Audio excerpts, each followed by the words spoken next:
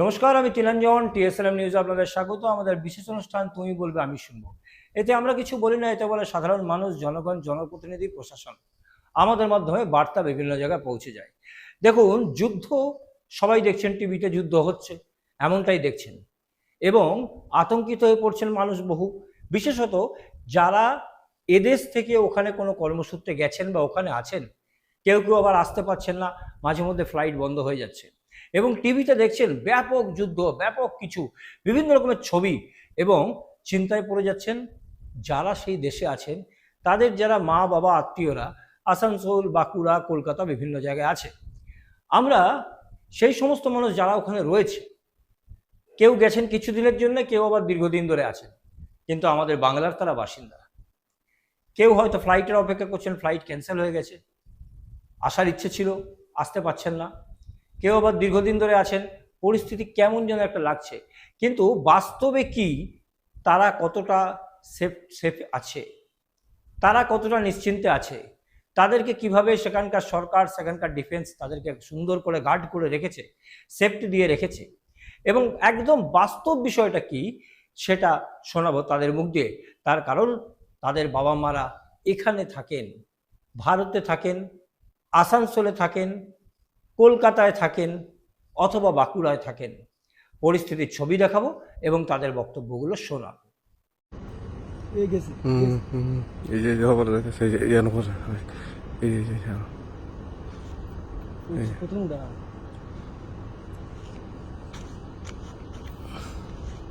আমি অঙ্কিতা সরকার। আমি পশ্চিম বর্ধমান জেলার কুলটিতে আমার বাড়ি, এবং আমার শ্বশুর বাড়ি আসানসোল রাহালেনে। তো বর্তমানে 2025 থেকে, এবং আমার হাজব্যান্ড 2024 থেকে ইউইতে আছে। আমি আমার পুত্র সন্তানের সাথে 2025 থেকে এখানে আছি। তো এইরকম পরিবেশ প্রথমবার, এরকম অভিজ্ঞতা প্রথমবার দেখছি জীবনে, আমার লাইফে প্রথম। গত 4 দিন ধরে 28শে ফেব্রুয়ারি হঠাৎ করে কিছু জানতাম না, সন্ধ্যাবেলা প্রায় রাত্রি 10টা ইউই টাইম অনুযায়ী হঠাৎ করে 3টে আমাদের মোবাইলে অ্যালার্ট বেজে উঠছে, এমার্জেন্সি অ্যালার্ট। প্রথমে কিছুই বুঝতে পারিনি, ভ্যাবাচাকা খেয়ে গেছিলাম। তারপরে সবার পোস্ট বা প্রতিবেশীদের সবার সতর্কতা দেখে বুঝতে পারি যে আমাদের এখানে পরিবেশ আতঙ্কিতের মধ্যে এবং কিছু হতে চলেছে। আমরা প্রচণ্ড ভয় পেয়ে গেছিলাম সেই মুহূর্তে। হঠাৎ করে সারা রাত ধরে এমার্জেন্সি অ্যালার্ট বেজে গেছিলো, প্রায় রাত 3টে পর্যন্ত। আমার ছোট 1 বছরের বাচ্চাটা পর্যন্ত ঘুমোতে পারিনি। গত 3 দিন ধরে আমরা এমনকি রাতে শুতে পারছি না, ঘুমোতে পারছি না। এই আওয়াজ, শুধু যে এমার্জেন্সি অ্যালার্ট তা না, মাথার উপর হঠাৎ করে যদি মিসাইলের আওয়াজ, ড্রোনের আওয়াজ, বা এই ফাইটার জেট, হেলিকপ্টারের আওয়াজ, এইসব আওয়াজে আমরা সত্যি ভীত, আতঙ্কিত হয়েছি। এরকম অভিজ্ঞতা প্রথমবার জীবনে ফেস করছি। কিন্তু তাও বলবো আমরা সেফ আছি, সুরক্ষিত আছে, thanks to UAE government, UAE air defence and UAE arm ফোর্সকে ধন্যবাদ জানাই। এখনো পর্যন্ত সেইভাবে গোটা ইউইতেই কোনো রকমভাবে মানুষের হতাহত খুব লিমিটেড, খুব কম মানুষের হয়েছে। ইনজিওর্ড অনেক মানুষই হসপিটালাইজ, তাদের সুস্থতা কাম্য করি। কিন্তু আমরা এখনো পর্যন্ত সেভ আছি, যারা অন্যান্য দেশের মানুষরা আমরা এখানে রয়েছি, আমরা সুরক্ষিত আছি। হ্যাঁ, আমাদের ইউই ডিফেন্সের তরফ থেকে যথেষ্ট ব্যবস্থা নেওয়া হয়েছে। আমাদের এখানকার স্কুল, কলেজ এগুলো এখন সব বন্ধ, অনলাইন ক্লাসেস নেওয়া হচ্ছে, এবং আইটি সেক্টর কিছু কিছু কোম্পানি ওয়ার্ক ফ্রম হোম দেওয়া হচ্ছে। তবে আমার হাজব্যান্ড এখানকার এয়ার ডিফেন্সের সাথে যুক্ত, সুতরাং ওর ছুটি নেই, ওর ছুটি ক্যান্সেল করে দেওয়া হয়েছে। ওকে প্রতিনিয়ত এখন ডিউটিতে যেতে হচ্ছে। সেই টাইমটা সত্যিকারই আতঙ্কের মধ্যে সময়টুকু কাটায়, কেন কি এমনি এয়ারপোর্ট বা এইগুলো খুব সেন্সিটিভ জায়গা, সেখানে ডিফেন্স এরিয়া, তো অটোমেটিক্যালি সেন্সিটিভ জায়গা। সেই টাইমটা ঈশ্বরের কাছে প্রার্থনা করি যাতে সব ঠিক থাকে। এখনো পর্যন্ত সব ঠিক আছি, আমরা ভালো আছি। রাস্তাঘাটে লোক চলাচল, সবাই মানুষ বেরোচ্ছে, কিন্তু যে টাইমটাতে এমার্জেন্সি অ্যালার্ট আসছে মোবাইলে, সেই টাইমটুকু বলা হয়েছে ইউএই গভর্নমেন্ট, আবুধাবি পুলিশ বা দুবাই পুলিশের তরফ থেকে, যে টাইমে তোমাদের মোবাইলে এমার্জেন্সি অ্যালার্ট আসবে সেই টাইমটুকু তোমরা কাছাকাছি কোথাও সেল্টার, যদি বাড়িতে থাকো বাড়ি থেকে বেরোবে না, এমনকি দরজা জানলাও খুলবে না। বাকি টাইম যদি বাইরে থাকো সেখানে কাছাকাছি কোনো সেন্টার গিয়ে আশ্রয় নিতে, এবং এমার্জেন্সি ব্যাগ রেডি রাখতে, যদি সামহাও কারোর বাড়ির মাথায় বা কারোর কোথাও যদি কিছু এফেক্টেড হয়, যাতে আমরা সেই মুহূর্তে এমার্জেন্সি ব্যাগটুকু নিয়ে আমরা ঘরের বাইরে বেরোতে পারি। তো ইউই গভর্নমেন্টের তরফ থেকে এই তৎপরতার সাথে আমাদেরকে সতর্কবার্তা দেওয়া হচ্ছে প্রতিনিয়ত। আর 4 দিন হলো, আজও সকালে এখানে এফেক্ট হয়েছে, কিছু কিছু জায়গায় এফেক্টেড, কিন্তু খুব সুন্দরভাবে ইউই গভর্নমেন্ট সেটাকে ম্যানেজ করেছে, সেভাবে হতাহত হয়নি, আমরা সুরক্ষিত আছে। তবে একটাই অনুরোধ, অনেক মানুষ ফেক ভিডিও বানাচ্ছে এআই থ্রুতে, কিন্তু সেই সব ভিডিও সোশ্যাল মিডিয়া আপলোড করার ফলে আমার শাশুড়ি মা শ্রী শম্পা মুখোপাধ্যায়, আমার শ্বশুরমশাই শ্রী সৌরীশ মুখোপাধ্যায়, আমার মা মৌমিতা সরকার কুলটিতে একা থাকে, তারা খুব ভয় পাচ্ছে। আমার মা শাশুড়ি দুজনে মিলে খুব কান্নাকাটি করছে এইসব ভিডিও দেখছে বা এই পরিবেশ। তারা তো যতই হোক মা, তো তারা জিনিসটা একসেপ্ট করতে পারছে না। আমাদের মতন অনেক ইন্ডিয়ান বা অন্যান্য দেশের মানুষরা এখানে ফেসে আছে। আমরা এখান থেকে জিনিসটা রিকভারি করার চেষ্টা করছি, কিন্তু এই এআই থ্রুতে অনেক ফেক ভিডিও বা এইসব পরিবেশের যুদ্ধ পরিবেশ আমাদের ফ্যামিলি, আমাদের আত্মীয় স্বজনদেরকে খুব ভয় পাওয়াচ্ছে। আমি রিকোয়েস্ট করবো এই এআই ভিডিওগুলো, ফেক ভিডিওগুলো যাতে আপলোড না করা হয়। আমার মা অসুস্থ, আমার মা একা থাকে, তিনি খুবই ভয় পাচ্ছেন। আমি একটাই বলবো যে আমরা এখনও সেফ আছি। ইউই গভর্নমেন্ট আমাদের সুরক্ষার জন্য 100% তারা চেষ্টা করছে। আমরা ভালো আছি। আর ধন্যবাদ জানাই সকলকে। প্রে করুন যাতে আমরা এই যুদ্ধ পরিবেশ থেকে কাটিয়ে উঠতে পারি, যাতে আমরা খুব তাড়াতাড়ি নর্মাল স্বাভাবিক জীবনে ফিরতে পারি। আমাদের ইন্ডিয়া যাওয়ার কথা ছিল এই মাসেই, আমার বোনপুর বইতে উপলক্ষে, কিন্তু বর্তমানে এই যে পরিস্থিতি, এয়ার স্পেস টোটালি বন্ধ, যেতে পারবো কিনা তাও জানি না। তো ঈশ্বরের কাছে কামনা করি এই যুদ্ধ পরিবেশ থেকে যেন আমরা খুব তাড়াতাড়ি স্বাভাবিক জীবনে ফিরতে পারি, এবং সকল মানুষ যারা ইনজিওর্ড, যারা এফেক্টেড, তাদের সুস্থতা কামনা করি। আমাদের জন্য ঈশ্বরের কাছে প্রার্থনা করবেন। ধন্যবাদ। নমস্কার, আমি বুদ্ধেশ্বর রয়।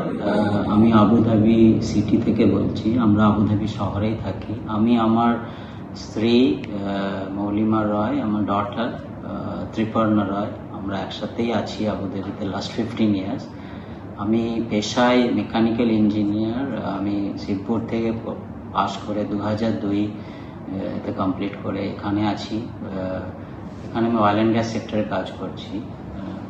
তো রিগার্ডিং এই যে যুদ্ধটা, এই যে পরিস্থিতি তৈরি হয়েছে, এই পরিস্থিতির সম্বন্ধে কিছু বলতে চাই আপনাদের চ্যানেলের মাধ্যমে, যাতে রিয়েল পিকচার সমস্ত মানুষের কাছে পৌঁছয়, যারা বাংলা বোঝে এবং যারা খবর নেওয়ার চেষ্টা করছে। প্রথমত বলতে চাই যে government of UAE is very supportive to all Indians, even the expatriate here. ওরা সমস্ত রকমের সুযোগ সুবিধা আমাদের হাতে পৌঁছে দিচ্ছে। প্রপার নিউজ চ্যানেল ফলো করতে বলছে রিয়েল নিউজ পাওয়ার জন্য। আর প্রথম দুদিন মানডে অ্যান্ড টিউসডে আমাদের ওয়ার্ক ফ্রম হোমও দিয়েছিল। স্কুলগুলো আর্লি ভেকেশনে করা হয়েছে, যাতে স্কুল যাতে না হয় এই উইক বা নেক্সট উইক, কারণ আমাদের এই সময় ভেকেশন থাকে একটা, সেই জন্যই এই ডিসিশনটা নেওয়া হয়েছে। আর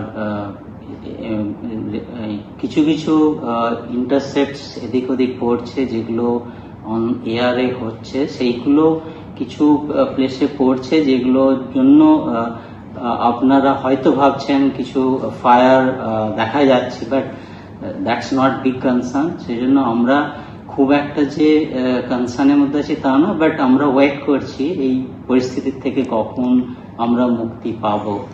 আর আমাদের রেগুলার লাইফে সেরকম কোনো কিছু চেঞ্জ আমরা এখনো পর্যন্ত দেখছি না। একটু চিন্তা হচ্ছে যে সিচুয়েশনটা কত তাড়াতাড়ি নিউট্রালাইজ হয়। আর বাকি আমাদের ফ্যামিলি তো ডেফিনেটলি ওয়ারি, কারণ নিউজ চ্যানেল বা ইয়েতে যেভাবে জিনিসগুলো দেখতে পায় রিয়েল লাইফে সেটা নয়, সেটা অনেক ডিফারেন্ট। তো এটাই বলতে চাই, and don't be so worried, just follow and just wait for the good time which is going to come. Thank you. দেখুন, আমরা এই খবরটা দেখালাম একটাই কারণে, যে এই যে মেসেজ, তারা যে মেসেজটা দিচ্ছে সেটা তাদের বাড়ি পর্যন্ত পৌঁছে যাবে, তাদের মা বাবারা দেখবেন, অথবা শ্বশুর শাশুড়ি দেখবেন, আরও যারা আত্মীয় স্বজন আছেন দেখবেন, এবং বাস্তব পরিস্থিতি তারা বুঝতে পারবেন যে তাদের লোকেরা ওখানে আছে তারা কি বলছে। এবং বারবারই তারাও বলছে যে বিভিন্ন রকমের ফেক ভিডিও চলে আসছে, বিভিন্ন রকমের এআই দিয়ে তৈরি করা ভিডিও চলে আসছে, এবং যে ভিডিও ব্যাপক ভাইরাল হচ্ছে, এবং সেখানে তাদের বাড়ির মানুষের টেনশন হচ্ছে, তারা কাঁদছে। অর্থাৎ ঠিক সেখানে যারা রয়েছে, যারা পরিস্থিতিটা সরজমিনে দেখছে, চোখে দেখতে পাচ্ছে এবং অনুভব করছে, তাদের কাছে অ্যালার্ট মেসেজ আসছে, সাইরেনের আওয়াজ আসছে, ফোনে অ্যালার্টের মেসেজ আসছে, শুনতে পাচ্ছে, তারা তাদের বাস্তব কথা জানালো।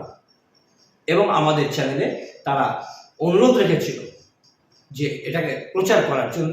সে কারণে আজকের খবর, আমাদের বিশেষ অনুষ্ঠান তুমি বলবে আমি শুনবো, আপনারা জানেন, এতে আমরা কিছু বলি না, যারা সেখানে রয়েছে তারা তাদের কথা পরিষ্কারভাবে শোনাবো।